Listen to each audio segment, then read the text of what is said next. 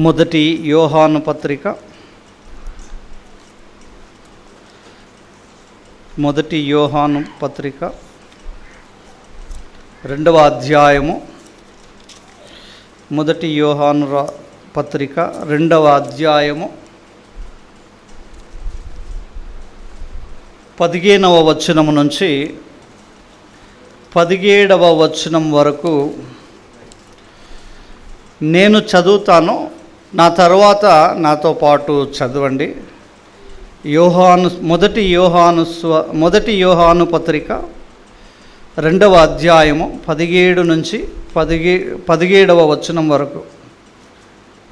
ఈ లోకమునైనను లోకములో ఉన్నవాటినైనను ప్రేమింపకుడి. మీరు చదువు. ఎవడైనను లోకమును ప్రేమించిన ఎడల తండ్రి ప్రేమ వానిలో నుండదు.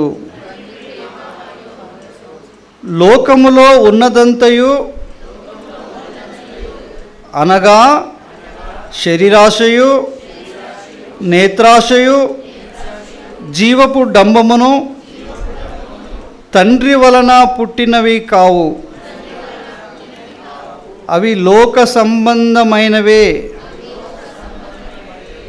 లోకమును దాని ఆశయు గతించిపోవుచున్నవి, కానీ దేవుని చిత్తమును జరిగించువాడు నిరంతరమును నిలుచును. హల్లెలూయా. మరి చక్కటి వాక్య భాగము. మరి యేసు ప్రభు శిష్యుడైన యోహాను మరి రాసిన భాగమని మనకు తెలుసు. ఇందులో లోకములో 3 విషయాల్ని ప్రత్యేకంగా లోకములో ఏముందో చెప్తూ ఉన్నాడు. లోకంలో ఏముందంట? శరీరాశయు, నేత్రాశయు, జీవపు డంబము. లోకంలో ఏముంది?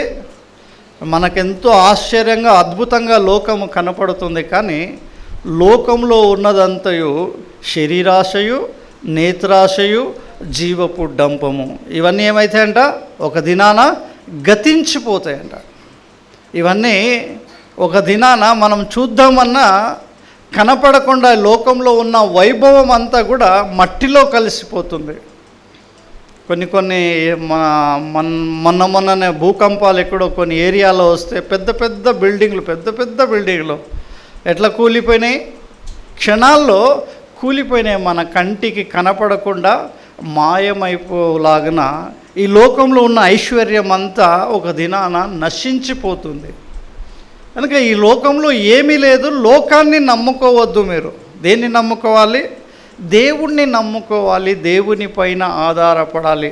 అందుకే చాలా చక్కగా చెప్పాడు. ఏం చెప్తున్నాడు? లోకమును దాని ఆశయు గతించుచున్నవి, కానీ దేవుని చిత్తమును జరిగించువాడు నిరంతరమును జీవించును. వానికి చావే లేదు. వాడు చచ్చినా బ్రతుకును. వాడు ఈ లోకాన్ని విడిచిస్తే ఎక్కడ వెళ్తాడు? పరలోకంలో కళ్ళు తెరుస్తాడు. గొప్ప నిరీక్షణ మన విశ్వాసులకు ఉన్నది. కనుక ప్రభునందు ప్రియమైన దేవుని పిల్లల, లోకంలో ఉన్నది శరీరాశ, నేత్రాశ, జీవపు డంబము. ఈ విషయాలనే నేను మరోలాగా చెప్తూ ఉంటాను. మనకు 3 శత్రువులని చెప్తూ ఉంటాను నేను. ఎవరండి 3 శత్రువులు? మొదటి శత్రువు వచ్చి మన శరీరమే మన శత్రువు. చాలామంది క్రైస్తవులు, కనీసం ఒక 70% క్రైస్తవులు ఈ శరీరాశలకు, శరీరేచ్ఛలకు లొంగిపోయి దేవుని నుంచి దూరమయ్యేవారు ఉంటూ ఉన్నారు. రెండవది ఏమంటే లోకాశ. ఏమాశ అది? రెండవ శత్రువు ఎవరంటే లోకము మన శత్రువు. మిగిలిన 29.9% విశ్వాసులు ఈ లోకాశలకు లొంగిపోతూ ఉన్నారు.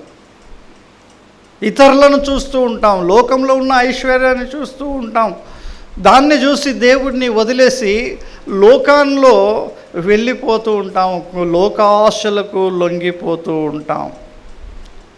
మూడవ శత్రువు ఎవరంటే సాతానుడు. ఎప్పుడు వస్తాడు? వాని పర్సెంట్ ఎంత అంటే 0.1% వాడు మన దగ్గరికి వస్తాడు. ఎందుకు 0.1% ఎందుకు వస్తాడంటే, మనం ఆల్రెడీ వానికి మిత్రులం అయిపోతాం. శరీరాశలకు లేక లోక ఆశలకు లొంగిపోయి పడిపోతూ ఉంటాం కనుక వాడు డైరెక్ట్గా మనల్ని శోధించడు. చాలా తక్కువగా వాడు మన ఎద్దకు వచ్చి మనల్ని శోధిస్తూ ఉంటాడు. కనుక ఈ రోజుల్లో అంటే శోధనలు ఎక్కువ అయిపోతూ ఉన్నాయి. చిన్నపిల్లలను చూడండి, వాళ్ళు ఏదో శోధన. యవనస్తులను చూడండి, వారికి ఏదో శోధన. పెద్దలను చూడండి, వారికి ఏదో శోధన. సంఘ పెద్దలను చూడండి, వారికి కూడా శోధనే. సంఘ కాపురులను చూడండి, వారికి కూడా శోధనే. ఎవరు చేస్తున్నారు ఇదంతా? సాతానుడు చేసి ఏం చేస్తున్నాడు? దేవుని చిత్తమును జరిగించకుండా దేవుని సన్నిధి నుంచి దూరం చేసి వాడు నివసించే నిత్యాగ్నిలోనికి తీసుకుపోవడానికి వాడు ప్రయత్నము చేస్తూనే ఉన్నాడు. చాలాసార్లు శోధనలను గెలుస్తాము, కొన్నిసార్లు ఓడిపోతూ ఉంటాం. కనుక ఈ శోధనలకు ఎవరము అతిథులము కాదు.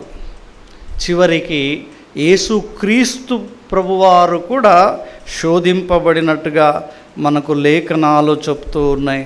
రండి చూద్దాం యేసు ప్రభు ఏ విధంగా శోధింపబడ్డాడో, ఆ శోధనలు ఏంటో మనము చూద్దాం. మత్తయి సువార్తలో 4వ అధ్యాయము 3వ వచనం. ఆ శోధకుడు ఆయన యొద్దకు వచ్చి, నీవు దేవుని కుమారుడవైతే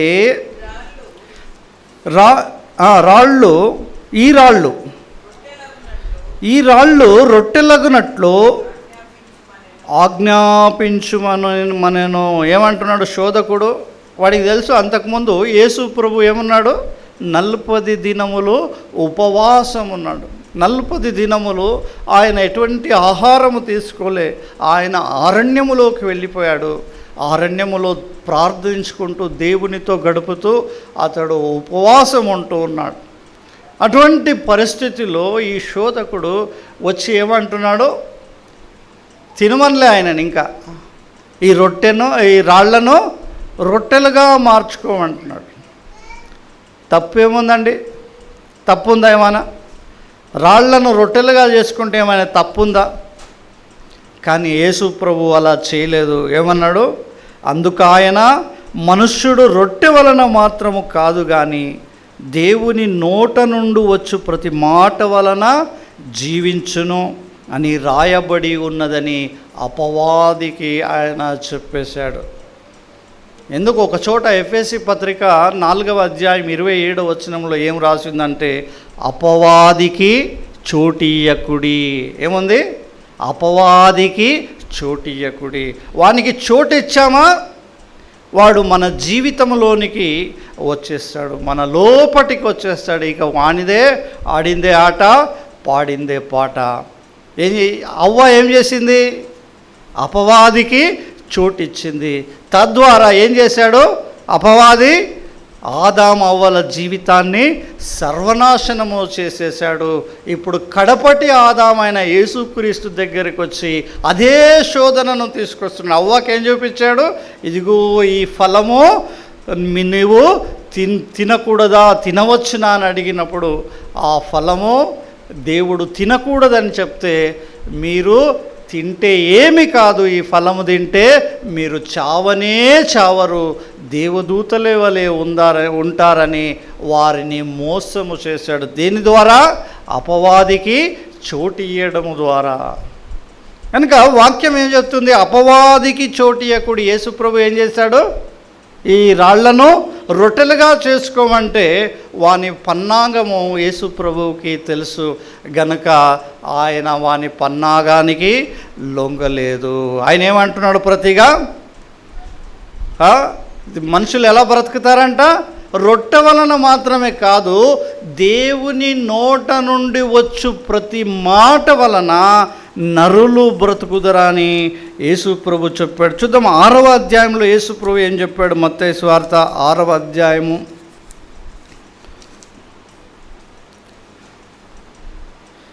25వ వచనం నుంచి మనం చూద్దాం. 6వ అధ్యాయము 25-26 వచనాలు. అందువలన నేను మీతో చెప్పునదేమనగా, ఏమి తిందుమో ఏమి త్రాగుదుమో అని మీ ప్రాణము గూర్చి అయినను, ఏమి ధరించుకొందుమో అని మీ దేహము గూర్చి అయినను చింతింపకుడి. ఆహారము కంటే ప్రాణమును, వస్త్రము కంటే దేహమును గొప్పవి కావా. ఆకాశ పక్షులను చూడుడి, అవి విత్తవు, కొయ్యవు, కొట్లల్లో కూర్చుకొనవు, అయినను మీ పరలోకపు తండ్రి వాటిని పోషించుచున్నాడు. మీరు వాటికంటే శ్రేష్ఠులు కారా?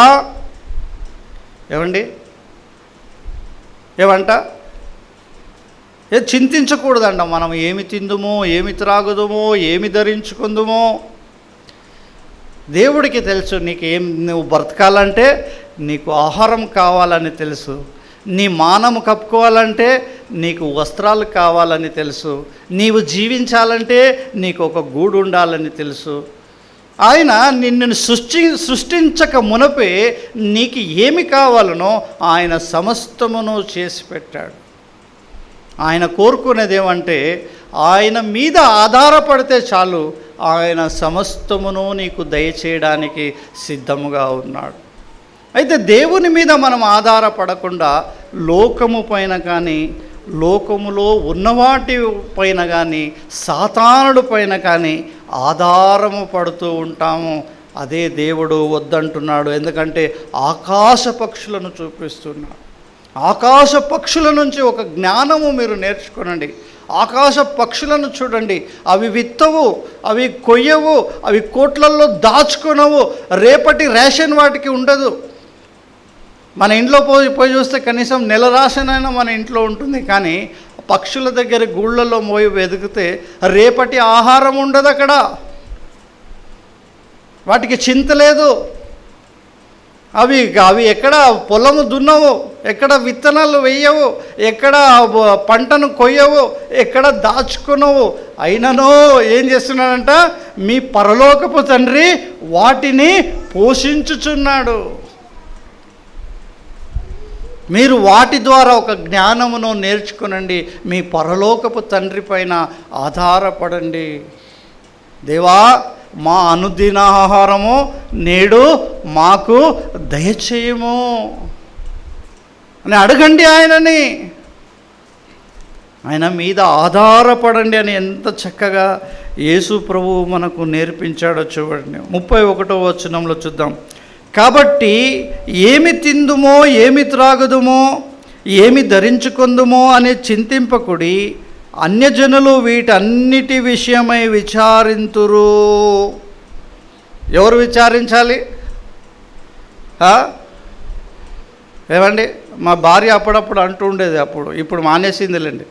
ఆవిడ అనేది రాత్రి భోజనం అయినాక పొద్దునకి ఏం నాష్టా చేయాలన్నాడు. నేను అన్నవాడిని, పొద్దునకి మనం బతుకుంటామో లేదో పొద్దునకి ఆలోచించవచ్చులేవే. ఏమండి, విచారము. కానీ లోకంలో ఏముందంట, అన్యజనులు విచారించారంట. ఏమి తిందుమో, ఏమి త్రాగుదుమో, నా భవిష్యత్ ఏమైపోతుంది, నా పిల్లలు ఏమైపోతారు, నా భర్త ఏమైపోతాడు, నా భార్య ఏమైపోతుంది. చాలా కాలం కింద మన చర్చిలో ఒక అమ్మ ఉండేది. ప్రతి ఆదివారము ఏం చేసి సాక్ష్యం చెప్పేది. ఏమైనా సాక్ష్యం చెప్తుందేమో అని వింటే ఆమె లేచి ఏడ్చుకుంటూ చెప్పేది, నా పిల్లలు ఏమైపోతారు, నా భర్త ఏమైపోతారు, నా బిడ్డలు ఏమైపోతారు, నేను ఎలా ఉంటానో. ఎవ్రీ వీక్ ఇదే సాక్ష్యం. ఆమె దేవుని దగ్గరకు వస్తుంది, కానీ ఆమె హృదయం అంతా విచారముతో నిండిపోయింది. ఉట్టి తన కొరకు, తన పిల్లల కొరకు, తన కుటుంబం కొరకే. ఇంకా లోకముతో ఆమెకు పనే లేనట్టుగా ఒక ఆమె ఉండేది. విచారము చేయొద్దు. ఏమి తిందుమో, ఏమి త్రాగుదుమో, ఏమి ధరించుకుందుమో, ఇవన్నీ మీకు కావాలని ఎవరికి తెలుసంట? మీ పరలోకపు తండ్రికి తెలుసంట. ఇవి బయట వాళ్ళు విచారిస్తారు, ఎందుకంటే వారికి మనలాంటి తండ్రి లేడు, సృష్టికర్త అయిన దేవుడు వారికి లేడు. కాబట్టి ఇవన్నీ మీకు కావాలని మీ పరలోకపు తండ్రికి తెలియను. కాబట్టి మీరు ఆయన రాజ్యమును నీతిని మొదట వెదుకుడి, అప్పుడు అవన్నీ మీకు ఇచ్చును. ఏమండి, ఎంత గొప్ప వాక్యంలో విషయాలు ఉన్నాయంటే అన్ని విషయాలు ఉన్నాయి. నేను అప్పుడు అడుగుతుండేవాడిని దేవుణ్ణి, దేవా ఈ ఆకలి పెట్టకుంటే ఈ గొడవంతా వదిలిపోయేది కదా. మనిషికి ఆకలి అవడం ఎందుకు, వాడు ఆ ఆకలిని తీర్చుకోవడానికి పోయి కష్టపడడం ఎందుకు, ఆ ఆహారం తెచ్చుకొని వండుకొని తినాలెందుకు, ఇన్ని ఎందుకు, ఆకలే లేకుండా నువ్వు చేయలేవా? చేయలేడు అదేవాడు, చేయొచ్చు. ఆయన ఏమంటున్నాడు, నరులు ఆహారము వలనే కాదు కానీ, ఏమండి ఈ రోజుల్లో కొన్ని అమెరికా దేశాల్లోనంట ఆహారము లేకుండా చచ్చిపోయే వాళ్ళకంటే కూడా తిని చచ్చిపోయే వాళ్ళు ఎక్కువ అంట. అప్పుడు నిరంజన్ బ్రదర్ కంటిన్యూ చెప్తుండే, ఆహారము తినేసి చనిపోయిన వాళ్ళు ఎక్కువ, తిండి ఎక్కువ చచ్చిపోయిన వాళ్ళు. బాగా తింటారు, ఒబేసిటీ ఏదో వస్తుంది, శరీరం ఉబ్బిపోతుంది, నడవలేరు, కూర్చోలేరు, పనులు చేసుకోలేరు, తొందరగా ఒంట్లో కొవ్వు పెరిగిపోయి హార్ట్ అటాక్, ఏదో లివర్ డ్యామేజో కిడ్నీ డ్యామేజో అయిపోయి తొందరగా చచ్చిపోతారు. ఎందుకంటే ఆహారము అలా చేస్తుంది. కనుక ఏమంటున్నాను, చేయలేడు ఆ దేవుడు అంటే చెయ్యొచ్చు. ఆయన నరులు ఏంటంటే తిని కూడా చచ్చిపోతున్నారే.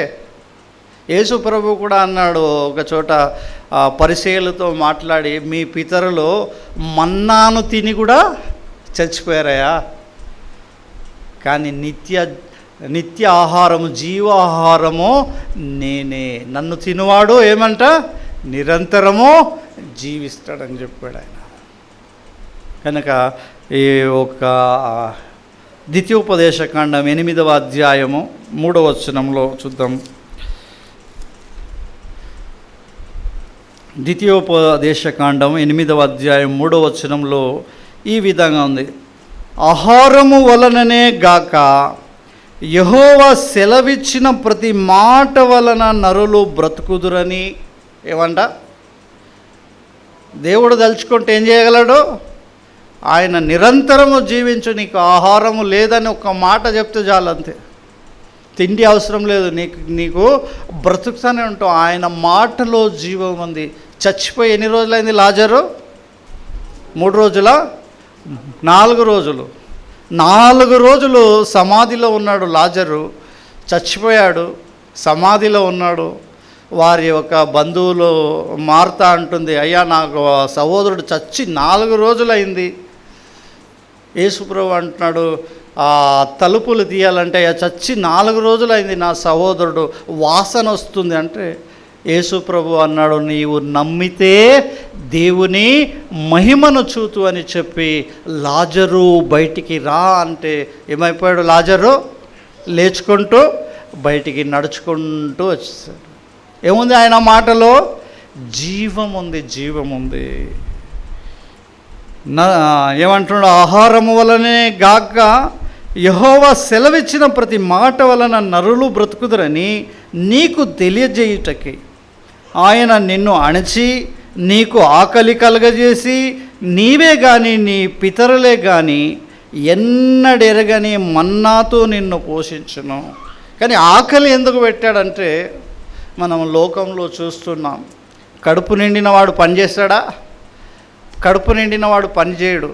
పోనీ కడుపు నిండిన వాడు ఎదుటి వారిని గౌరవిస్తాడా? గౌరవించాడు. ఏం చేస్తాడు వాడు? ఎప్పుడు పండుకొనే ఉంటాడు.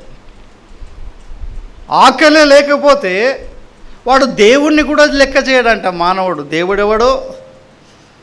ఎప్పుడైతే మానవుడికి ఆకలి కలుగుతుందో వాడు లేచి పనిచేసి కష్టపడి సంపాదించుకొని ఈ ప్రయాసం అంతటి వెనుక ఈ ఫలం రావాలంటే నన్ను సృజించిన వాడెవడో ఉన్నాడు, ఆయనే దేవుడు, ఆయన మీద నేను ఆధారపడాలని ప్రభువా, నీ ఇంత కష్టపడుతున్నాను, నా కష్టమును దీవించు, నాకు ఆహారము దయచేయమని వాడిని సృజించిన దేవుని పైన ఆధారపడటానికి దేవుడు ఏం చేసినాడు? నిన్ను అణచాలని నీకు ఆకలి కలుగజేసినాడు.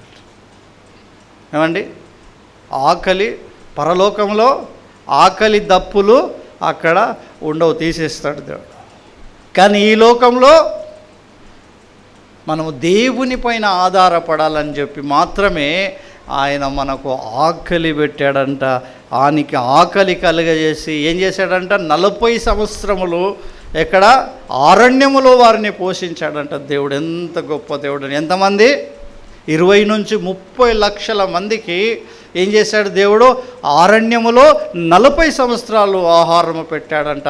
పక్షులు ఏ విధంగా, ఇప్పుడు పక్షుల గురించి చదివామో, అవి విత్తవు, కొయ్యవు, కోట్లలో కూర్చుకొనవు, అయినను మీ పరలోకపు తండ్రి వాటిని పోషించుచున్నాడు అన్నట్టుగా అక్కడ అంతమంది జనాలకు దేవుడు పోషించాడు. వారు విత్తలేదు, వారు భూమిని దున్నలేదు, పంటను వేయలేదు, కొయ్యలేదు, కూర్చుకొనలేదు. ఆకాశము నుంచి ఆహారము కురిసింది. ఆహారము ద్వారా 40 ఏండ్లు వారు బ్రతికినట్టుగా వాక్య భాగము చెప్తుంది. దేవునికి సమస్తమును సాధ్యమే అని మనకు తెలియపరుస్తుంది. రండి, కీర్తనల గ్రంథం చూద్దాం. కీర్తనలు 78. కీర్తనలు 78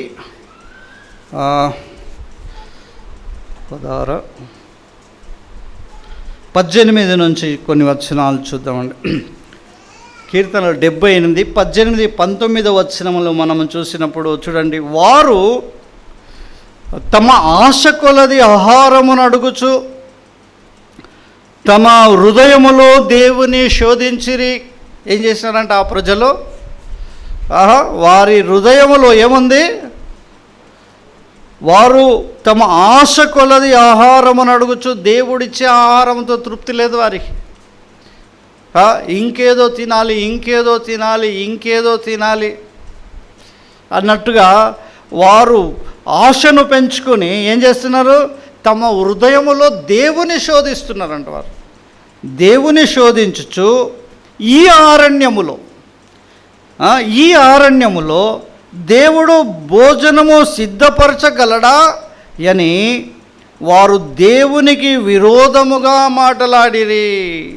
ఏమండి, సైతాను, ఫరో వంటి సైతాను రాజ్యము నుంచి, సైతాను కబంధ ఆస్తముల నుంచి విడిపించుకొని వచ్చి దేవుడు ఎర్ర సముద్రము ఎదురైతే ఆ సముద్రాన్ని 2గా చీల్చి ఆ సముద్రము మధ్య నుంచి నడిపించిన దేవుడికి వారికి ఆహారము పెట్టడం అసాధ్యమా? ఏం చేయాలి? ప్రభువా, అరణ్యములోకి వచ్చాము, ఆకలిగా ఉన్నాము, మా అనుదిన ఆహారము నేడు మాకు దయచేయవా అంటే దేవుడు ఎంతో ప్రేమగా వారికి ఆహారం పెట్టేవాడు. కానీ వారి హృదయంలో ఏముంది? దేవుని మీదే తిరుగుబాటు ఉంది. దేవుణ్ణే శోధిస్తున్నారు. దేవునికి ఇది సాధ్యమా అని అనుకుంటున్నారంట వాళ్ళు. అండి, దేవునికి సాధ్యమా? ఒక నెల రోజులు పనిపాట ఏం చేయకండి, మీరేం చేయొద్దు. ఒక 2 నెలలు చేయొద్దండి, పని మానేసేయండి. మీరు బ్రతుకుతారా బ్రతుకరా? ఆహారం వస్తుందా రాదా? 2 సంవత్సరాలు కరోనా వచ్చింది, అందరూ భయపడ్డాం కదా. అరే ఎట్లా బ్రతుకుతామో ఏంటో, ఇది ఎప్పటి వరకు ఉంటుందో, కొంచెం కలవరకు గురి అయ్యాము. కానీ కరోనా పీరియడ్లో తిన్న ఆహారం, మంచి ఆహారం కంటే ఎప్పుడు మనము తినలేదు. మంచి వంటలు వండుకొని తిన్నాం. డైలీ బిర్యానీ, చికెన్ ఫ్రై, అది ఇది మంచి ఆహారం ఎవరు పోషించారు? దేవుడు పోషించాడు. దేవునికి సమస్తము సాధ్యమే. ఆ తర్వాత ఏమనుకుంటున్నారు వారు? 22వ వచనానికి వచ్చినాక, వారు దేవుని యందు విశ్వాసముంచకపోయిరి. ఏముంచలేదంట వాళ్ళు? ఏ దేవునికైతే సమస్తము సాధ్యమో ఆ దేవుడు ఈ ఆహారం పెట్టగలడా మాకు అనుకున్నారట. వారు దేవుని పైన విశ్వాసం ఉంచలేకపోయినారంట. ఆయన దయచేసిన రక్షణ యందు నమ్మిక ఉంచలేదు అని రాయబడింది. అయితే దేవుడు ఎంత ప్రేమ, జాలి, దయా, కృప, కనికరము, వాత్సల్యము కలిగిన దేవుడు ఆయన. అటువంటి కఠినమైన ప్రజలకు ఏం ఇచ్చాడంట చూడండి, 23 నుంచి చూస్తే, అయినను వారు అంత కఠినంగా మాట్లాడినా, దేవునిపైన తిరుగుబాటు చేసిన, దేవునిపైన విశ్వాసం ఉంచకపోయినను ఏం చేశాడంట, ఆయన పైనున్న ఆకాశమునకు ఆజ్ఞాపించెను, అంతరిక్ష ద్వారమును తెరిచెను. ఏం తెరిచినాడంట? అంతరిక్ష ద్వారములు. పరలోకం ఎక్కడుంది? ఆకాశము, మహాకాశము, 3వ ఆకాశము, తారామండలము, సభాపర్వతము, అది ఎక్కడుందో కూడా మనకు తెలియదు. అక్కడ దాన్ని అంతరిక్ష ద్వారములు దేవుడు తెరిచాడంట. అక్కడ దేవదూతలు తినే ఆహారమును కురిపించాడట. ఆహారముకై ఆయన వారి మీద మన్నాను కురిపించెను, ఆకాశ ధాన్యము వారికి అనుగ్రహించెను. దేవదూతలు ఆహారము నరులు భుజించిరి, భోజన పదార్థములను ఆయన వారికి సమృద్ధిగా పంపెను. ఎట్లా పంపాడంట? సమృద్ధిగా. కనుక ఈ పాఠమంతా ఏంటి? మనము దేవుని నమ్మాలి, దేవుని పైన ఆధారపడాలని చెప్పి మనం చూస్తున్నాం. ఆదికాండంలో 2వ అధ్యాయం 16, 17 వచనంలో ఏముంటుంది? ఈ దేవుడైన యెహోవా ఏం చేశాడంట? ఒక తోట వేసి, ఆ తోటలో మానవునికి కావాల్సిన చెట్లన్నీ వేసి, అందులో వచ్చే ఫలములన్నీ మీరు తినవచ్చు. కానీ ఈ తోట మధ్యలోనున్న ఒక చెట్టును చూపించి, ఈ చెట్టులో వచ్చే ఫలము మంచి చెడుల తెలివినిచ్చే ఫలము, దీన్ని మీరు తినకూడదు, దీన్ని తినుదినమున మీరు నిశ్చయముగా చచ్చెదరు అంటున్నాడు. ఏమండి? సమృద్ధిగా పెట్టినాడు దేవుడు, సమస్తము తినండి, కానీ ఈ ఒక్క ఫలం మాత్రము తినవద్దు, ఇది తింటే మీరు చస్తారన్నాడు. కానీ ఆ స్త్రీ ఏం చేసింది? ఆదికాండం 3వ అధ్యాయము 6వ వచనం చూడండి.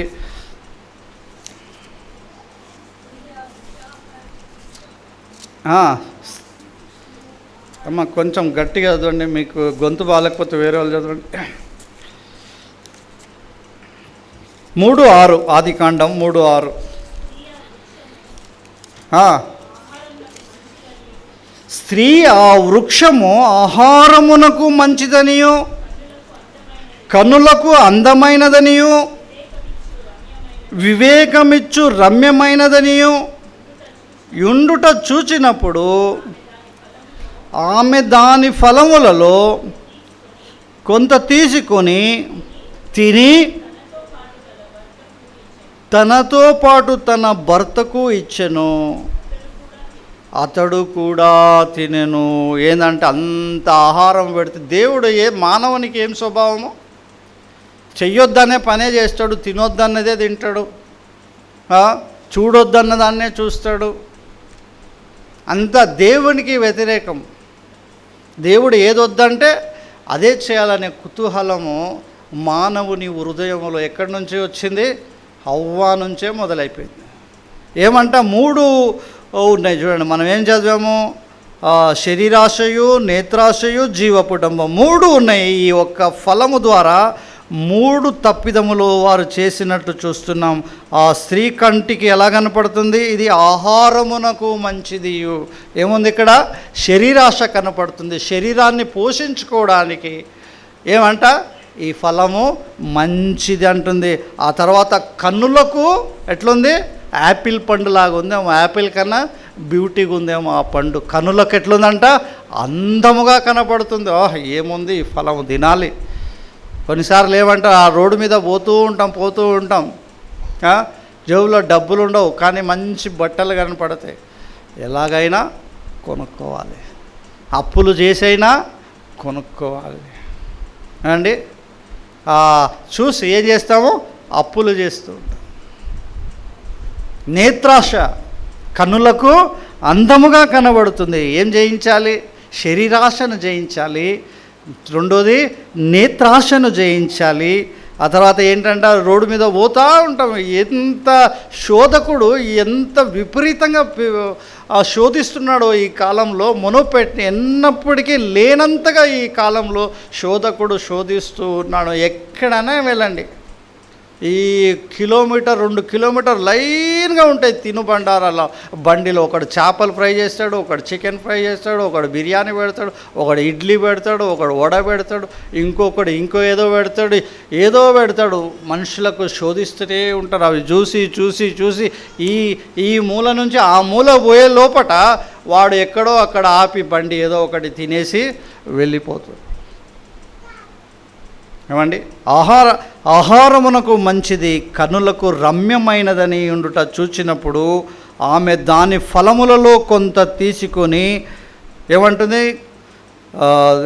తీసుకొని తిని తనతో పాటు తన భర్తకు ఇచ్చెను. ఏమండి, పాపము ఈ రకంగా ఆ పాపాన్ని లోకానికి తీసుకొని వచ్చినట్టుగా మనం చూస్తున్నాం. మొదటి యోహాను పత్రిక 3:4 ఏముంటుందంటే, ఆజ్ఞ అతిక్రమమే పాపమని మనకు అక్కడ వాక్యము కనపడుతుంది. ఈ స్త్రీ ఏం చేసింది? ఇప్పుడు ఆజ్ఞ అతిక్రమము చేసింది. దేవుడు తినొద్దు అని చెప్పిన దాన్ని తిన్నది. తినుదినమున నీవు నిశ్చయముగా చస్తావన్నాడు. దేవుని ఆజ్ఞను అతిక్రమించి పాపము చేసింది. రోమాపత్రిక 6వ అధ్యాయం 23 పాపానికి వచ్చే జీతము ఏమొచ్చింది?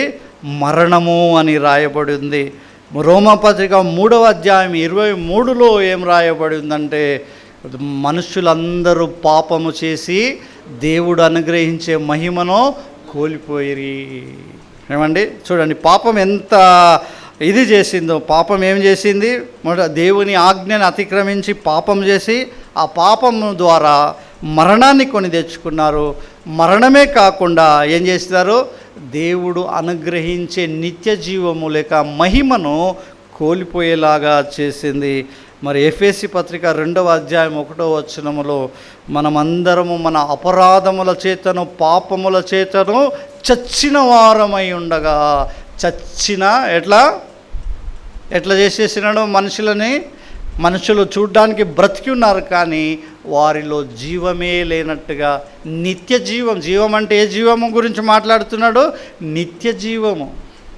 ఈ జీవితం ఏదైతే మనం జీవిస్తున్నామో ఇది టెంపరవరీ. బ్రతికే ఉన్నావు కదా అని అనుకుంటుండొచ్చు, కానీ మనము ఒకప్పుడు చచ్చిన వారముగా ఉంటిమి. యేసుక్రీస్తు ద్వారా మరలా జీవింపబడ్డాం, అది వేరే విషయం. కానీ మరి చచ్చిన స్థితిలోనికి తీసుకొచ్చాడు. ఆదికాండం 5వ అధ్యాయం 5వ వచనంలో ఏం చూస్తామంటే, ఆదాము 930 ఏండ్లు బ్రతికి ఏమయ్యాడు? మృతి పొందెను. ఏమయ్యాడు? 930 ఏండ్లు బ్రతికి ఏమైపోయాడంట? చచ్చిపోయాడట. లూకాసు వార్త 12వ అధ్యాయం 19-20. లూకాసు వార్త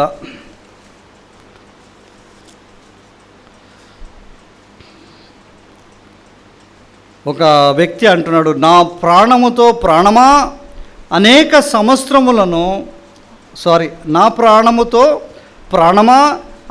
సంవత్సరములకు విస్తారమైన ఆస్తి మీకు సమకూర్చబడి ఉంది.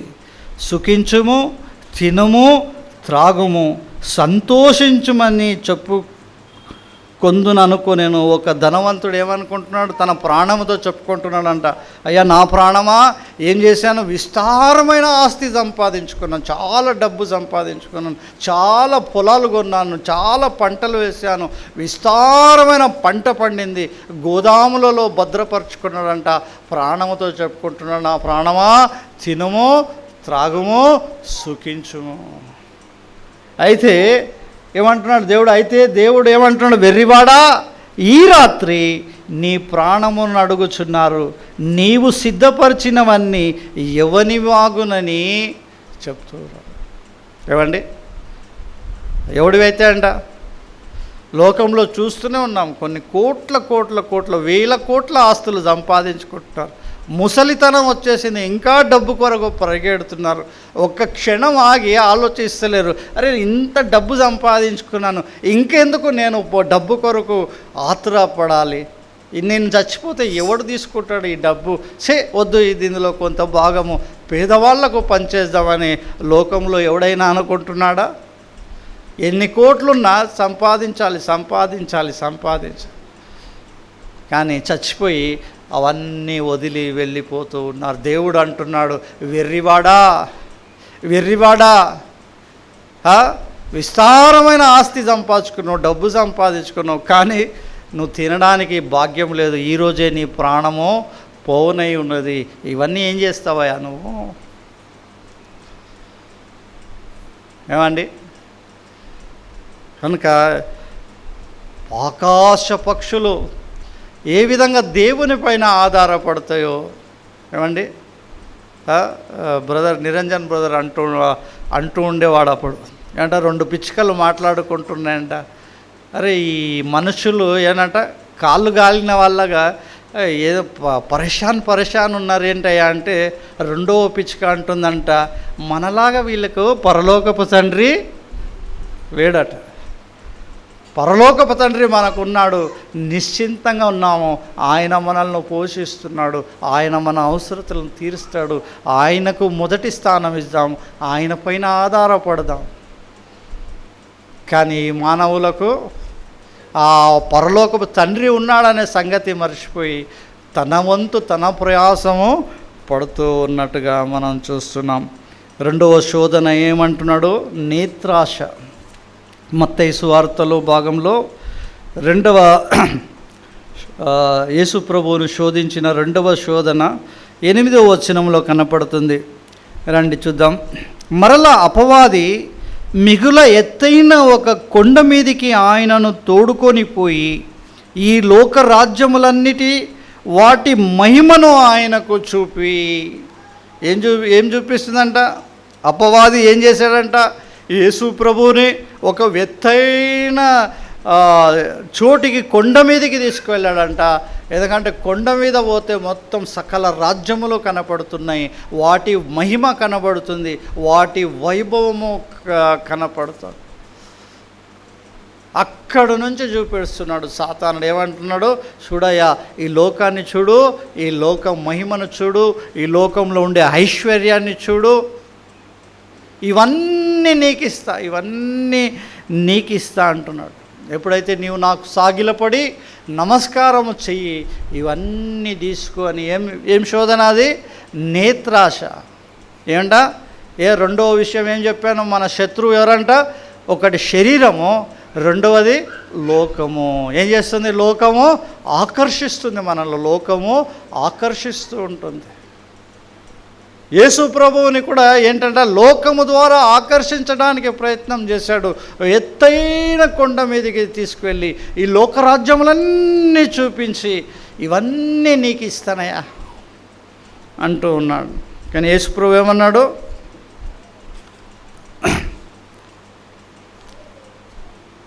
వాని సాతాన పొమ్ము, ప్రభువైన నీ దేవునికి మొక్కి ఆయనను మాత్రమే సేవింపవలెనని రాయబడి ఉన్నదని ఆయన జవాబు చెప్పాడు. కానీ ఈడేంటట 2వ శోధన ఏంటంటే నేత్రాశ.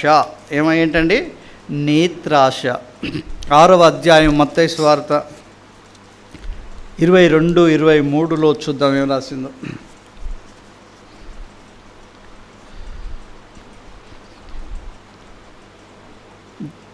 మత్తయి సువార్త 6:22-23లో, దేహమునకు దీపము కన్నే గనుక నీ కన్ను తేటగా ఉండిన ఎడల నీ దేహమంతయు వెలుగుమయమై యుండును.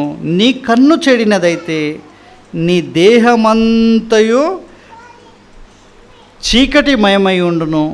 నీలోనున్న వెలుగు చీకటి అయి ఉండిన ఎడల ఆ చీకటి ఎంతో గొప్పది. నీ దేహమునకు, నీ సర్వ శరీరమునకు ఏంటంట? నీ కన్ను దీపము వంటిదంట. నీ కన్ను తేటగా ఉంటే నీ శరీరం అంతా కూడా ఎట్లుంటుందంట? పరిశుద్ధంగా ఉంటుంది. నీ కన్ను మొట్టమొదటిగా పాపము చేస్తే నీ శరీరం అంతా కూడా ఏం చేస్తుందంట? పాపము చేస్తుందంట. నీ కన్ను వెలుగును నింపుకుంటే నీ దేహమంతా వెలుగుమయమై ఉండును. ఒకవేళ నీ కన్నే చీకటిని ప్రేమిస్తే నీ దేహమంతా ఏమైపోతుందంట, చీకటి అయి ఉంటుంది అని చెప్తూ ఉన్నాడు. కనుక నీ కన్ను ఏంటంట, ఈ రోజులో మరి కంటి ద్వారా ఎంత, కనీసం ఒక 80% పాపాలు జరిగేది లోకంలో కంటి ద్వారానే అంట. కంటి ద్వారా 80% పాపాలు చేస్తే మిగిలిన వాటన్నిటి ద్వారా 20% పాపాలు చేస్తామంట. కనుక ఈ కన్ను గురించి దేవుడు ఎంత గట్టిగా చెప్తున్నాడు. నీ కన్నే నీ దేహమునకు వెలుగు. ఒకవేళ నీ కన్నుని నీవు చెరుపుకున్నావా, నీ దేహం అంతయు చెడిపోతుంది, జాగ్రత్త అని యేసు ప్రభువు చెప్పాడు. కనుక ప్రభువునందు ప్రేమలో, ఒకవేళ కన్ను లేనివారు ఏమంట, కన్నులు లేనివారు ధన్యులు, వారు పరలోకములో సులువుగా ప్రవేశించగలరు. మనం కన్ను విషయంలో ఎంత జాగ్రత్తగా ఉండాలి. ఈ మన కంటి ద్వారా మనము ఆకర్షింపబడతాం. నిర్గమకాండము 20వ అధ్యాయము 17వ వచనంలో ఎవరైనా గట్టిగా చదవండి, మనకు ఎక్కువ సమయం లేదు. నిర్గమకాండము 20వ అధ్యాయము 17వ వచనము, నీ పొరుగువాని ఇల్లు ఆశింపవద్దు, నీ పొరుగువాని భార్యనైనను, అతని దాసునైనను, అతని దాసినైనను, అతని ఎద్దునైనను, అతని గాడిదనైనను, నీ పొరుగువాని దగు దేనినైనను ఆశింపకూడదు అని దేవుడు ఏమంట 10 ఆజ్ఞలో ఒక ఆజ్ఞ ఇచ్చేసాడు.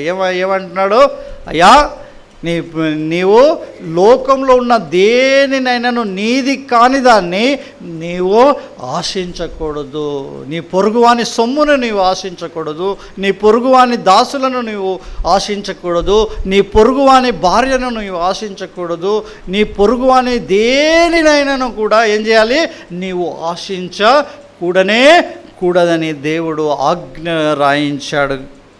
కనుక ప్రభువునందు ప్రియమైన దేవుని బిడ్డలారా, దేవుడు ఎంత ఖచ్చితంగా ఆజ్ఞలు రాయించాడో. ఒకవేళ నాకు అనిపిస్తుంది బైబిల్ చదువుతుంటే, దేవుడు బైబిల్ గ్రంథము ద్వారా ఈ ఆజ్ఞలు, ఈ కట్టడలు, ఈ నియమాలన్నీ పెట్టకపోతే ఈరోజు ఈ లోకము అంధకారములో మునిగి ఉండేది. ఇప్పుడే అంధకారములో ఉంది, ఇంకా ఎక్కువగా అంధకారములో ఉండేది. కనుక దేవుడు ఎంత మంచి ఆజ్ఞలు పెట్టాడో. కనుక ఏవైతే దేవుడు పెట్టాడో అవన్నీ కూడా ఈ రోజున ఏంటో ఒక రూలు, నువ్వు దొంగలికూడదు, బొంకకూడదు, పొరుగువానిది దేనిని ఆశించకూడదు. ఆశించి తీసుకున్నావా నీ మీద కేసులు పెడతారు, నిన్ను జైల్లో తోస్తారు. ఎక్కడి నుంచి వచ్చింది ఇది? దేవుడు నేర్పించాడు కాబట్టి. అయితే నేను కొన్ని సందర్భాలు చెప్తాను. వాక్యము 2 సమూయేలు 11:3లో మనం ఏం చూస్తున్నామంటే, మరి దావీదు ఒక యుద్ధానికి వెళ్ళే సమయం, యుద్ధకాలమున అతను యుద్ధానికి వెళ్ళకుండా తన ఇంటి మీద సంధ్యావేళ, సాయంత్రం వేళ మిద్దె మీద తిరుగుతూ ఉన్నాడు. తిరుగుతుంటే ఆయనకి ఏం కనపడింది? ఒక స్త్రీ స్నానం చేస్తూ కనపడింది. ఆ స్త్రీనే ఆ రాజు మోహించి ఆమెతో వ్యభిచారం చేశాడు.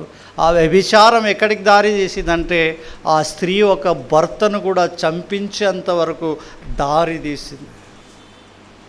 అయితే దేవుడు అన్యాయస్తుడు కాదు. దేవుడు గద్దించాడు దావీదును, దావీదా నువ్వు చేసింది అన్యాయము, ఆజ్ఞ ఉంది, నీ పొరుగువాని భార్యనైనను, నీ పొరుగువాని సొత్తైనను, నీ పొరుగువానిది దేనిని కూడా నీవు ఆశించకూడదని ఆజ్ఞ రాయించాను. నీవు ఎందుకు పరుని యొక్క సొత్తుని తీసుకున్నావు అంటే దానికి ప్రతిఫలముగా అవన్నీ చెప్పడానికి వీలు పడదు, కానీ ఆ ఒక్క హత్య దావీదు చేయించాడు. ఆ వ్యభిచారాన్ని కప్పిపుచ్చుకోవడానికి ఆ కన్నుల ద్వారా మోహము చేసి, ఆ కంటి ద్వారా ఆకర్షింపబడి మరి వ్యభిచారము చేసి, ఆ వ్యభిచారము ద్వారా మరొక పాపము హత్య చేయించాడు. దానికి ప్రతిఫలముగా దావీదు 4 కుమారులను కోల్పోవలసి వచ్చినట్టుగా బైబిల్ గ్రంథంలో మనము చదువుతుంటాము. దానికి శిక్షగా దేవుడు తను ఒక హత్య చేయిస్తే 4 కుమారులను దేవుడు చంపించినట్టుగా మనము చూస్తున్నాం. ఈ కన్ను ఎంత భయంకరమైనదో చూడండి. నీ కన్ను వెలుగుమయమై ఉంటే నీ దేహమంతయు వెలుగుమయ. దేని ద్వారా పాపం చేశాడు దావీదు? తన కంటి ద్వారా ఆమెను చూసి ఆమెను మోహించినట్టుగా చూస్తున్నాం. మరి ఏమంటారు, న్యాయాధిపతులు 16వ అధ్యాయంలో శాంసన్ గురించి కూడా మనకు బాగా తెలుస్తుంటుంది. శాంసన్ గురించి కూడా రాయబడింది. 16:1 ఏం రాయబడిందంటే, చూద్దామా, ఒక వ్యభిచారి అయిన స్త్రీని చూసి శాంసన్ ఏం చేశాడంట, ఒక వేశ్యను చూసి ఆమె యొద్దకు చేరెను అని ఉంటుంది. 6వ అధ్యాయం 16వ అధ్యాయం 1వ వచనంలో న్యాయాధిపతుల్లో ఒక వేశ్యను చూసి ఆమె యొద్దకు శాంసోను చేరెను అంటే దేని ద్వారా చూశాడు? చూసి అంటే తన కంటి ద్వారా చూశాడు. కంటి ద్వారా చూశాడు. నేత్రాశ, ఇదే ఏమాశ? నేత్రాశ. కంటికి చూసినంత కావాలనుకోవడమే నేత్రాశ. ఇది చూసి ఏం చేశాడు? ఆమె యొద్దకు చేరాడు. ఆమె ఏం చేసింది? శాంసోన్ని పట్టుకొని, అయ్యా నీవు ఒక్క గాడిద ఎముకతో దవడతో 3000 మంది ఫిలిష్తీయులను చంపావు. నీవు చాలా ఎంతటి బలశౌర్యుడు శాంసను, చాలా బలము కలిగిన వాడు. ఒక గాడిద దౌడ ఎముకతోని 3000 మందిని చంపిన యుద్ధశూరుడు ఆయన. కానీ ఎక్కడ లొంగిపోయాడు? మోహానికి లొంగిపోయాడు. ఒక స్త్రీని చూసి ఆమె యొద్దకు చేరిపోయి, నీ బలమంతా ఎక్కడుందంటే, నా బలమంతా నా ఎంటికిలో ఉందంటే, ఆ స్త్రీ చేసింది మంచిగా ఒడిలో పండబెట్టుకుందంటే, పచ్చ బుజ్జగించి చిన్న పాపాలను పండబెట్టినట్టు పండబెట్టింది. దలైలా వడి ఎట్లుంటుంది? పాపపు వడి అంటాం. పాపం ఎట్లుంటుంది? దలైలా వడిలాగా ఉంటుంది అన్నాడు ఎవరో భక్తుడు. పాపం ఎలా ఉంటుందంట? దలైలా వడిలాగా ఉంటుంది. అంటే చాలా హాయిని ఇస్తుందంట, నిద్రమత్తు కలగజేస్తుంది, చాలా సుఖాన్ని ఇస్తుంది పాపము. కానీ ఆ పాపానికి వచ్చే జీతము మరణము. కానీ ఏం చేసింది? చివరికి శాంసన్ని బుజ్జగించి పండబెట్టి అతని తల గొరిగించి గుండు కొట్టి అతని కళ్ళను, ఏ కళ్ళ ద్వారా అయితే ఆమెను చూసి మోహించాడో ఆ కళ్ళను ఊడబెరికిరంట. ఏం చేశారు? ఆ కళ్ళను ఊడబెరికారు. ఎంత మోసం చేస్తుందో చూడండి నేత్రాశ. ఆ కళ్ళను ఊడబెరికి ఇంత పెద్ద శౌర్యము కలిగిన వాడు, 3000 మందిని చంపినవాడు, వీడు ఏం చేస్తున్నాడంట? తిరుగాలి విసురుతున్నాడంట. శత్రువుకి చిక్కి ఎంత ఆడుకుంటున్నాడో శత్రువు చూడండి మనుషులతో. ఏమండి, తిరుగాలి విసురుడు వాడాయను అని అక్కడ రాయబడింది. మత్తయి సువార్త 5వ అధ్యాయము 28, 29.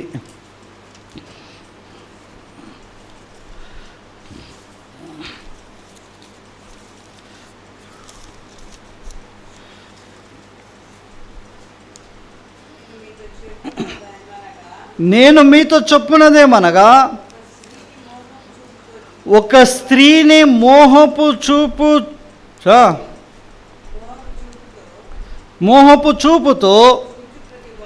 చూచు ప్రతివాడు అప్పుడే తన హృదయమందు ఆమెతో వ్యభిచారము చేసిన వాడాగును. ఏమంటున్నాడు? యేసుప్రభు ఏమంటాడు? నేను మీతో చెప్పున్నదేమనగా, ఒక స్త్రీని మోహపు చూపుతో చూచు ప్రతివాడును అప్పుడే తన హృదయమందు ఏం చేసినాడంట? వ్యభిచారము చేసినాడు. ఈరోజు లోకం ఏమనుకుంటుందంటే, మోహపు చూడడము తప్పులేదు, వ్యభిచారము చేస్తేనే తప్పు అని అనుకుంటుంది. కానీ యేసుప్రభు ఏమంటున్నాడు? మోహపు చూపు చూసినప్పుడే నీవు ఆమెతో వ్యభిచారము చేసినంత పాపము నీవు కలిగి ఉన్నావని చెప్పి ఏమంటున్నాడు? నీ కుడి కన్ను నిన్ను అభ్యంతరపరిచిన ఎడలా దాన్ని పెరికి నీ యొద్ద నుండి పారవేయుము. నీ దేహమంతయు నరకములో పడవేయబడుట కంటే నీ అవయములోనొకటి నశించుట నీకు ప్రయోజనమవును కదా. ఏమండి, నీ కుడి కన్ను చెడినదైతే ఏం చేయాలంటే దాన్ని, నీ కన్ను వింటలేదు నీ మాట. ఏమండి, నీ కన్ను వింటలేదు, మోహపు చూపు చూడదంటే చూస్తుంది గనుక నువ్వేం చేయి, ఆ కుడి కన్నుని పెరికివేయి, ఆ కుడి కన్నుని మూసివేయి. లేదంటే ఏమవుతావో, అగ్నిగుండంలో పడిపోతావు. జాగ్రత్త. ఏమయ్యాడు శాంసను? ఎక్కడ పడ్డాడు?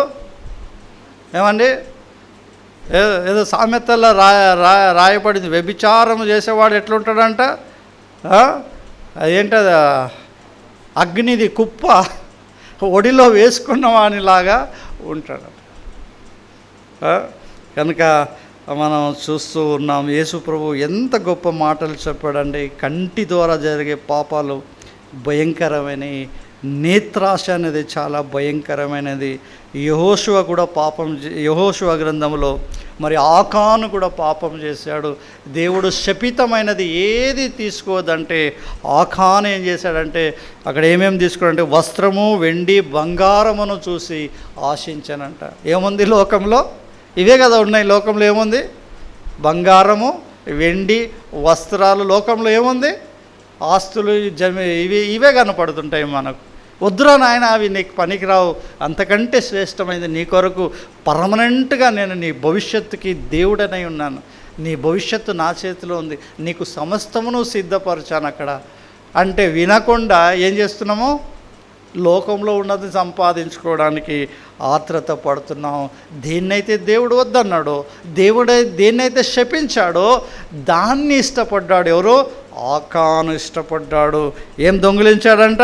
వెండి, వస్త్రము, బంగారము తన యొద్ద దాచుకున్నాడంట. ఇశ్రాయేలీలు అపజయము పొందిరి. తర్వాత ఏం జరిగిందంటే ఆకాను ఏం చేయబడ్డాడు? రాళ్లతో కొట్టి చంపబడ్డాడు. కనుక ఆదికాండం 3వ అధ్యాయం 6వ వచనంలో ఏముంది?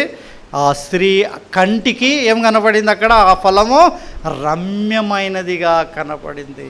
ఇక్కడ ఆకానుకు బంగారము, వెండి, వస్త్రములు రమ్యమైనవిగా కనపడ్డాయి. దేవుడు వద్దన్నాడు, వాటిని తెచ్చి దాచుకున్నాడు, శపించబడ్డాడు, తన ప్రాణమును కోల్పోయేలాగా చేసింది. సామెతల గ్రంథము 23వ అధ్యాయము 4-5 వచనాలు.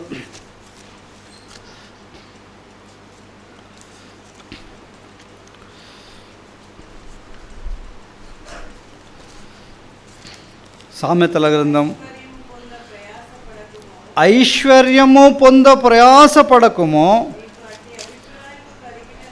నీకు అట్టి అభిప్రాయము కలిగినను దాన్ని విడిచిపెట్టుము, నీవు దాని మీద దృష్టి నిలిపిన తోడనే లేకపోవును, నిశ్చయముగా అది రెక్కలు ధరించి ఎగిరిపోవును. పక్షిరాజు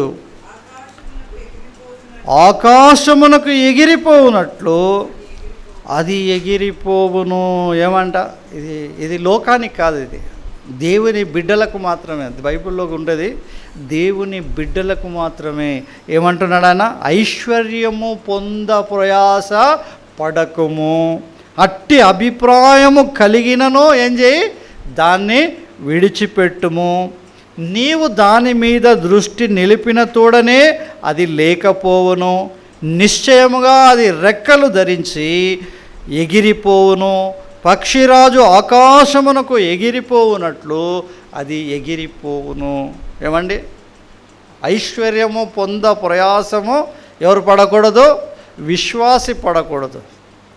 అరే ఇదేంటి, ఐశ్వర్యం ఉండొద్దా, మాకు డబ్బు ఉండొద్దా, మేము ఈ లోకంలో ధనవంతులుగా ఉండకూడదా? ఉండాలి. ఇది విచిత్రంగా ఉందే, ఉండాలంటున్నావు, మరి ఐశ్వర్యం పొంద ప్రయాస పడొద్దు అంటున్నావు, మళ్ళీ ఐశ్వర్యం పొందు అంటున్నావు. ఇది ఎలాగా? దానికి ఒక పద్ధతి ఉంది. ఏమంట? నీ అంతటా నీవు లోకాన్ని చూసి, లోకంలో ఉండే ఐశ్వర్యాన్ని చూసి దాని వెంట పరిగెత్తొద్దు. ఒకవేళ నీకు ఐశ్వర్యం కావాలంటే కొన్ని టిప్స్ ఉన్నాయి, వాటిని పాటించండి, ఆ ఐశ్వర్యము మీ యొద్దకే వస్తుంది. చూడండి 10వ అధ్యాయము సామెతల గ్రంథం 22వ వచనం.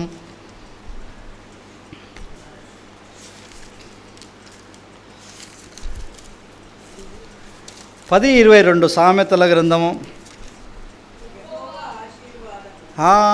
యెహోవా ఆశీర్వాదము ఐశ్వర్యం ఇచ్చును. ఏమిస్తుందంట? యెహోవా ఆశీర్వాదము ఏమిస్తుందంట? ఐశ్వర్యమునిచ్చును.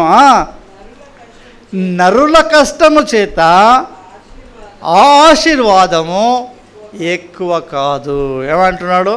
నీకు ఐశ్వర్యము పొంద ప్రయాస నీవు పడొద్దు. ఏం చెయ్యి? నీవు దేవుణ్ణి ప్రేమించు. యెహోవా ఆశీర్వాదము ఐశ్వర్యం ఇచ్చును. నరులు నీ కష్టముతోటి నీవు ఐశ్వర్యాన్ని సంపాదించుకోలేవు. 22:4 చూడండి సామెతల గ్రంథం.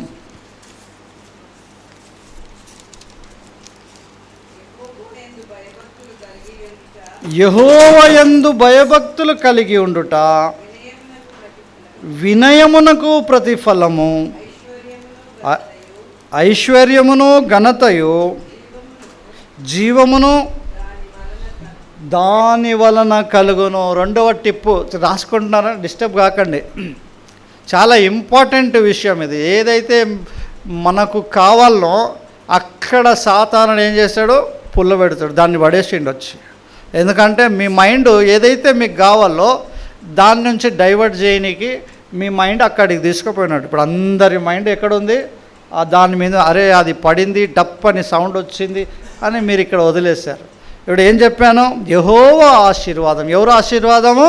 యెహోవా ఆశీర్వాదము ఐశ్వర్యం ఇచ్చును అంటున్నాడు. రెండో విషయం ఏం చెప్పాను? సామెతలు 22:4 యెహోవా యందు భయభక్తులు కలిగి ఉండుట. ఎవరి యందు? దేవుని యందు భయభక్తులు కలిగి ఉండుట. ఏమంట? వినయమునకు ప్రతిఫలము. ఏమంట? వినయమునకు ప్రతిఫలము, ఐశ్వర్యమును. ఏమండి వచ్చింది ఐశ్వర్యము? ఏమన్నాడు దేవుడు? ఐశ్వర్యము పొంద ప్రయాస పడకన్న దేవుడు ఇక్కడ ఏమంటున్నాడు? నా యందు భయభక్తులు కలిగి ఉండు, నన్ను ప్రేమించు, నేనేమిస్తాను? ఐశ్వర్యాన్ని ఇస్తాను. ఐశ్వర్యముతో పాటు ఏమిస్తాను? ఘనత ఇస్తాను. ఘనతతో పాటు ఏమిస్తాను? జీవమును దాని వలన కలుగును. ఏమండి? మల్టిపుల్ ఇస్తుండు. ఏమడిగాడు సొలొమోను రాజు? ఏమడిగాడు దేవుడిని? అయ్యా నాకు జ్ఞానం అంటే దేవుడు ఏమన్నాడు? అయ్యా నువ్వు ప్రజలను పరిపాలించడానికి ఎంత మంచివాడివయ్యా, నువ్వు జ్ఞానం అడుగుతున్నావు, నీవు అడిగిన దాన్ని బట్టి నేను సంతోషించుచున్నా, నీకు ఈ జ్ఞానముతో పాటు ఈ లోక ఐశ్వర్యం అంతా ఇస్తా, తీసుకో, ఘనతనిస్తాను, తీసుకో. ఏమిచ్చాడు? ఘనతనిచ్చాడు. సొలొమోను రాజు కంటే ఇంకొక రాజు భూమి మీద ఈరోజు వరకు పుట్టలేదు, పుట్టలేడు. అంత గొప్ప రాజు. ఘనతనిచ్చాడు, ఐశ్వర్యాన్ని ఇచ్చాడు దేవుడు. గనుక దేవుడు ఏమంటున్నాడు? యెహోవా యందు భయభక్తులు కలిగి ఉండుట వినయమునకు ప్రతిఫలము, ఐశ్వర్యమును ఘనతయు జీవము.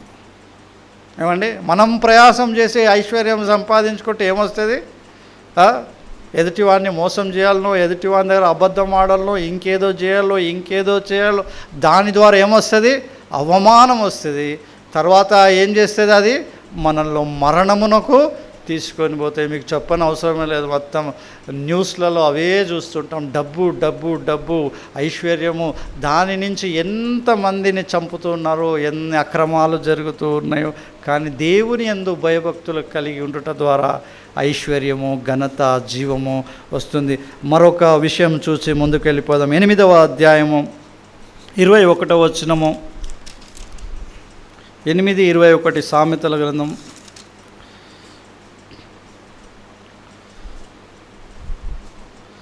సామెతల గ్రంథం 8:21. నన్ను ప్రేమించు వారిని. ఎవరు అంటున్నాడు? దేవుడు అంటున్నాడు. ఏమంటున్నాడు? నన్ను ప్రేమించు వారిని ఆస్తికర్తలనుగా చెయ్యుదును, వారి నిధులను నింపుదును. ఎంత మంచి మాట అండి. ఏంటండి? ప్రేమిస్తారా ఈరోజు దేవుడిని? మీకు ఐశ్వర్యం కావాలా, ఘనత కావాలన్నా, జీవము కావాలన్నా లోకం వైపు చూడొద్దు, లోకంలో ఉన్న వాటిని చూడొద్దు, నేత్రాశను పెంచుకోవద్దు. దేవుని యందు భయభక్తులు కలిగి ఉండండి, దేవుణ్ణి ప్రేమించండి. అవి మీ దగ్గరికి వచ్చే ఏర్పాటు దేవుడు చేస్తూ ఉన్నాడు. 119వ కీర్తన 37వ వచనం అందరు కలిసి చదువుకుందామండి. 119వ కీర్తన 37వ వచనము. ఎంత చక్కగా దావీదు దేవుడిని అడుగుతున్నాడు చూడండి. రండి ఇక్కడ 119వ కీర్తన 37 చదవమా. వ్యర్థమైన వాటిని చూడకుండా నా కన్నులు త్రిప్పివేయుము, నీ మార్గములలో నడుచుకొనుటకు నన్ను బ్రతికించుము. ఎంత చక్కని మాట అండి. ఏం అడుగుతున్నాడు? ఐశ్వర్యాన్ని అడుగుతున్నాడు దావీదు. అయ్యా దేవా, వ్యర్థమైన వాటిని చూడకుండా నా కళ్ళును తిప్పివేయము. ఎందుకంటే ఆల్రెడీ ఒకసారి చూశాడు, వ్యర్థమైన దాన్ని చూశాడు, దాని నష్టమును కూడా చూసుకున్నాడు. ఇక చాలు. నష్టపోయినాక బాగుపడతారా? నష్టం లేకుండానే బాగుపడతారా? మీ ఇష్టము. దావీదైతే నష్టపోయిన తర్వాత అంటున్నాడు, ముందే ప్రార్థన చేసింటే ఎంత బాగుండు. దేవా, వ్యర్థమైన వాటిని చూడకుండా నా కన్నులు తిప్పివేయమంటే ఒకవేళ బెత్షెబా నుంచి దేవుడు తన కన్నులు తిప్పివేసేవాడేమో. కానీ ఆ బెత్షెబాను చూసి పాపం చేశాడు. జరగవలసిన నష్టమంతా జరిగిపోయింది. ఇప్పుడు అంటున్నాడు, దేవా ఇక వద్దు, వ్యర్థమైన వాటిని చూడకుండా నా కన్నులు తిప్పివేయము అంటున్నాడు. సరే, మూడవది త్వరగా చెప్పి నేను ముగిస్తాను, టైం అవుతుంది. మూడవ విషయానికి మళ్ళీ అక్కడికి వచ్చేద్దాం. మత్తయి సువార్త 4వ అధ్యాయము 3వ శోధన. ఏంటది 3వ శోధన? దాంట్లోనే ఉంది 9వ వచనములోనే మనము మరల అపవాది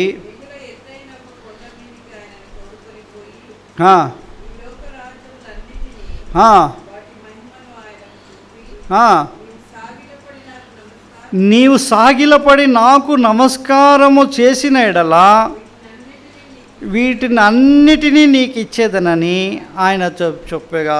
ఈ మూడవది ఏంటంటే దీని ఒక జనకుడు సాతానుడే. వాని ఆశ ఏంది? గర్వము. ఏంటండి లోకంలో ఏముంది? శరీరాశయు, నేత్రాశయు, జీవపు డంబం అంటే ఏంటి? అతిశయము, గర్వము. ఈ రోజుల్లో ఆ గర్వం ఎట్లుందంటే 3 రకాలుగా లోకంలో ఇమిడి ఉంది ఆ గర్వము. మనుషులను మీరు చూస్తూ ఉండండి, అక్కడక్కడ నేను చూస్తుంటాను. ఏం కనపడుతుందంటే నేను అంటారు ఫస్ట్. ఏం గర్వం అది? నేను గొప్పవాడిని, నాకే తెలుసు, నేనే అన్నట్టుగా నేను అనే గర్వం ఉంది. రెండవది ఏంటంటే నాది అంటుంటారు. ఏమంటారు? నాది, నా ఇల్లు, నా కారు, నా బంగ్లా, నా డబ్బు, నా ఆస్తి, నాది. మూడవది ఏమంటారు? నాకే కావాలి, నేనే ఫస్ట్, నాకే కావాలి. ఏమండి, మనం ఏదైనా లైన్లో నిలబడి ఉన్నా కానీ ఎవడో వచ్చి ఏం చేస్తాడు? మధ్యలో జోరుతాడు. నాకే ఫస్ట్. ఎవరికి కావాలి? నాకే కావాలి. ఆ గర్వంలో కూడా 3 రకాలుగా డివైడ్ ఉన్నాయి ఈ లోకంలో. ఏంటంటే నేను, నాది, నాకు. ఈ మూడిటిని వదిలిపెట్టాలి. వీటి జనకుడెవడు? సాతానుడు. ఏమంటున్నాడు? సాతానుడు వచ్చి సృష్టికర్త అయిన దేవుడు తనను సృజించిన వాని దగ్గరికే వచ్చి ఏమంటున్నాడు? నాకు నమస్కారము చేయము, నేను నీకంటే గొప్పవాడిని అయిపోతా, నాకు నమస్కారం చేయి, వీటిని ఇస్తా అనే గర్వాన్ని ఈ రోజుల్లో ఏంటంటే మనుషులలో సాతానుడు వెతుకుతున్నాడు. ఏం వెతుకుతున్నాడు? గురుగులు వెతుకుతూ ఉన్నాలాగన మనుష్యుడు ఏం వెతుకుతున్నాడు? వారి అందరి హృదయాల్లో ఏం వెతుకుతున్నాడు?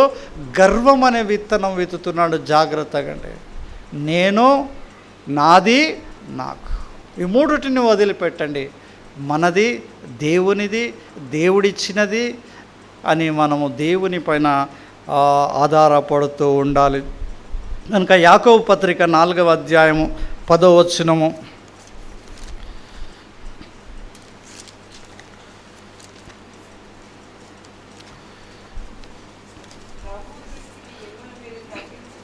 ప్రభువు దృష్టికి మిమ్మును మీరు తగ్గించుకొనుడి, అప్పుడు ఆయన మిమ్మును హెచ్చించును.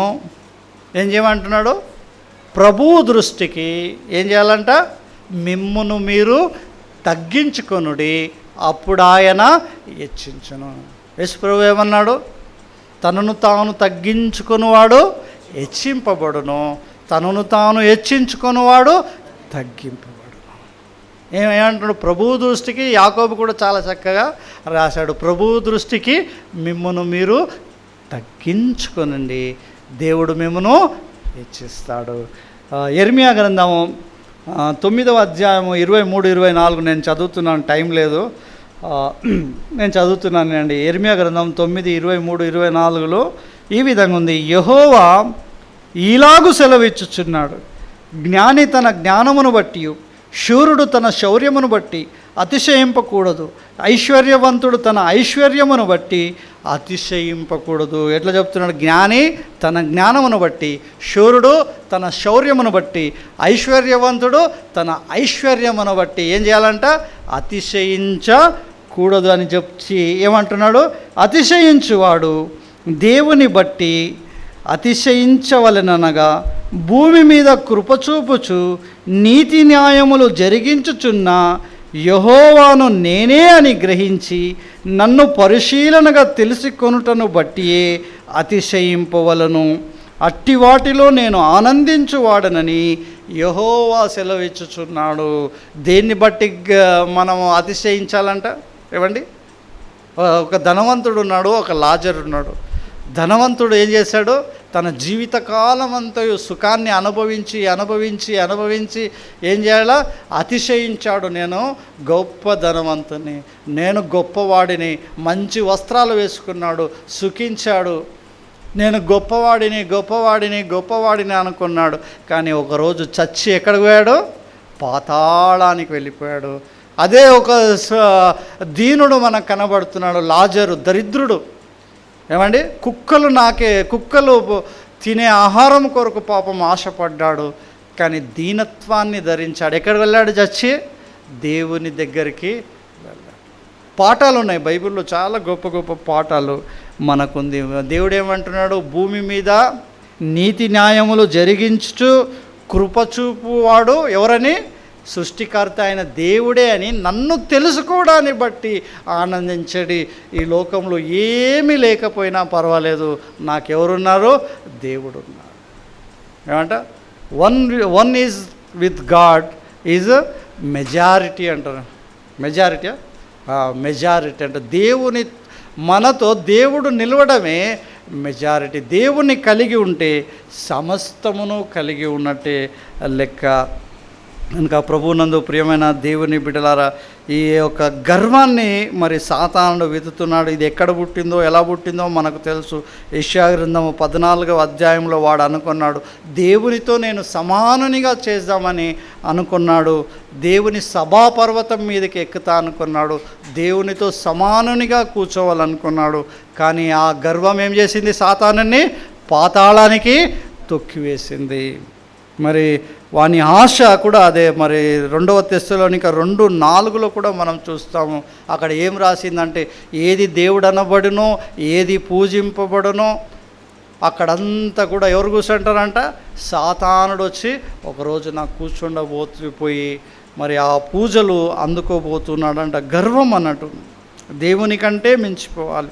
కనుక ప్రతిఫలం ఏమైందంటే ప్రకటన గ్రంథంలో మనకు కనబడుతుంది. 20వ అధ్యాయం 11వ వచనంలో ఏమైంది?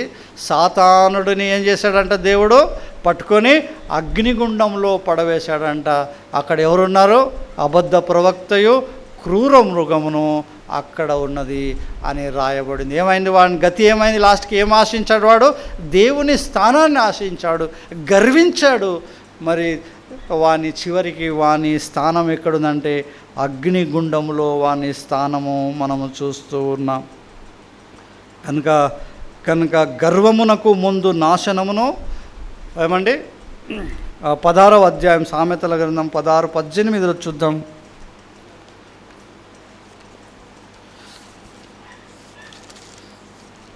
సామెతలు 16-18.